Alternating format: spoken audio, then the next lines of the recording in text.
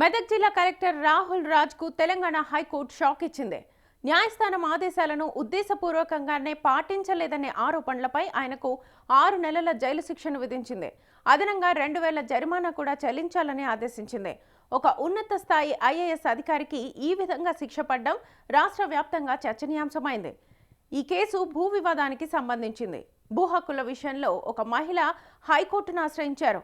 ఆమె పిటిషన్పై స్పందించిన కోర్టు వివాదంలో ఉన్న 2 పక్షాలకు నోటీసులు జారీ చేసి సమస్యను క్షేత్రస్థాయిలో పరిష్కరించాలని కలెక్టర్ను ఆదేశించింది.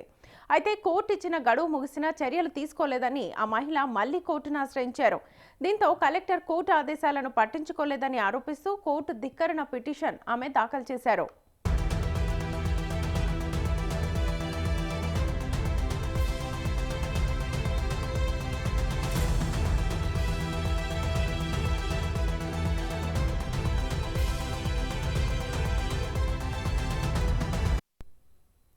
ఈ పిటిషన్పై విచారణ చేపట్టిన న్యాయస్థానం కలెక్టర్ తీరుపై అసంతృప్తి వ్యక్తం చేసింది.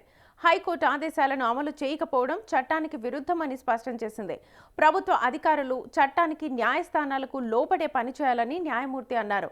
కోర్టు ఉత్తర్వులను నిర్లక్ష్యం చేస్తే తీవ్రమైన పరిణామాలు ఉంటాయని ఈ తీర్పు ద్వారా హెచ్చరించారు. ఈ నిర్ణయం అధికారిక వర్గాల్లో కలకలం రేపింది. ఇతర అధికారులు కూడా ఇప్పుడు అప్రమత్తంగా ఉండాలని భావిస్తున్నారు. అయితే ఈ తీర్పుపై collector Rahul Raj high court division బెంచ్లో అప్పీల్ చేసే అవకాశం ఉన్నట్లుగా సమాచారం. కేసు తదుపరి పరిణామాలపై అందరి దృష్టి ఉంది.